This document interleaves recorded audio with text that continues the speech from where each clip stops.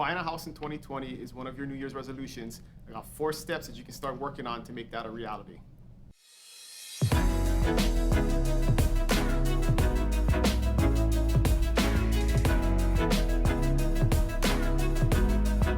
Hey, what's going on, friends? Happy New Year. It's 2020. And so if buying a house in 2020 is one of your New Year's resolutions, I got 4 steps that you can start to take now to prepare yourself to make that goal a reality. So number 1, might seem obvious, but find a realtor. I think this is one thing that people sometimes take out of order, where they do other things. They start doing research, they start looking online. They may even start getting a lender to start pre-qualifying them before they talk to a realtor. But if you talk to a realtor first and find a good one that you want to work with, they can help you through all of those processes and make recommendations on what the best websites are to use, what's the best lender to go to, people that they've worked with over the years and know provide a high level of service. But before you can get a good realtor to do that, you gotta choose a good realtor, right? So you wanna make sure that you put some thought into this. Sometimes people just do this off the cuff and don't do their due diligence before choosing a realtor. And you wanna make sure you're choosing somebody who has a lot of experience doing sales in today's market. So that doesn't mean necessarily 25 years of experience, but even just 5 or 6 years of experience. If they're doing 20, 25 transactions a year in today's market, they know the market well. And so that's something that you want to look at, is getting somebody who has experience in the market today that knows what's going on.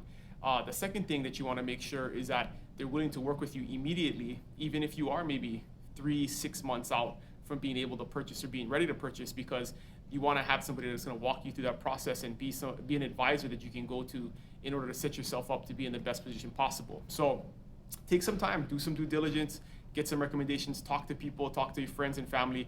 Don't just choose your brother's cousin who just got their real estate license and you want to do them a favor and do a transaction with them, because if they don't know what they're doing, it's going to be hard for you to get the best service possible. And this is going to be the biggest purchase of your life potentially, and you want to make sure that you're getting a professional to help you through that process. So number 1, get a realtor.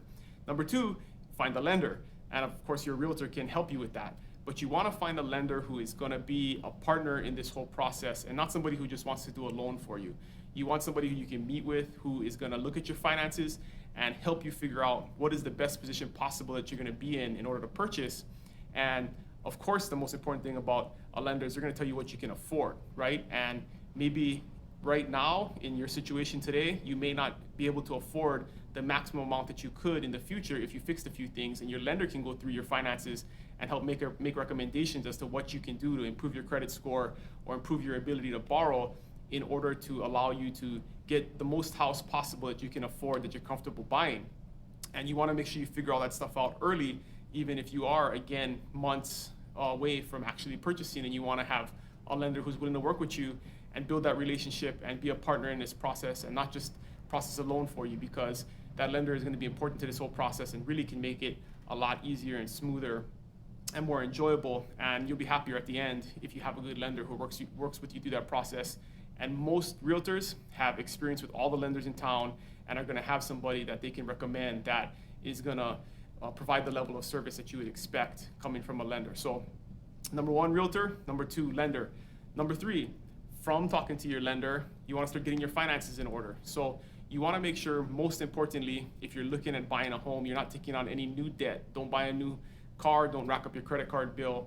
And if you can, start paying off some debt, because all of this is going to help increase your debt to income ratio, which is basically what lenders look at in order to give you a mortgage. Is they're going to look at how many other payments do you have. If you add a mortgage into it, are you going to be able to pay all of those debts based on your income right now? So that's 2 real important things: is don't take on any new debt and start paying off the debt that you have. And you also want to work on your credit score. If there's things that you can do strategically to help improve your credit score, there may be certain things that are going to have a bigger bang for their buck by paying off first than others. And again, that's something that a lender can help you do. So you want to definitely go through all of that, figure out the best strategy. If today isn't the right time, maybe 6-9 months from now, what can I do to put myself in the best position possible to buy at that time?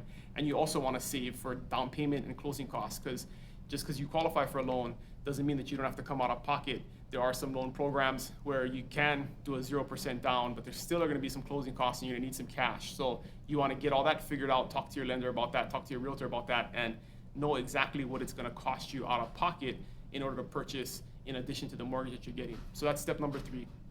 And then step number 4 is start looking at property. Even if you are 6 to 9 months out, work with your realtor and start looking at property that's on the market right now that sells. Start getting market reports.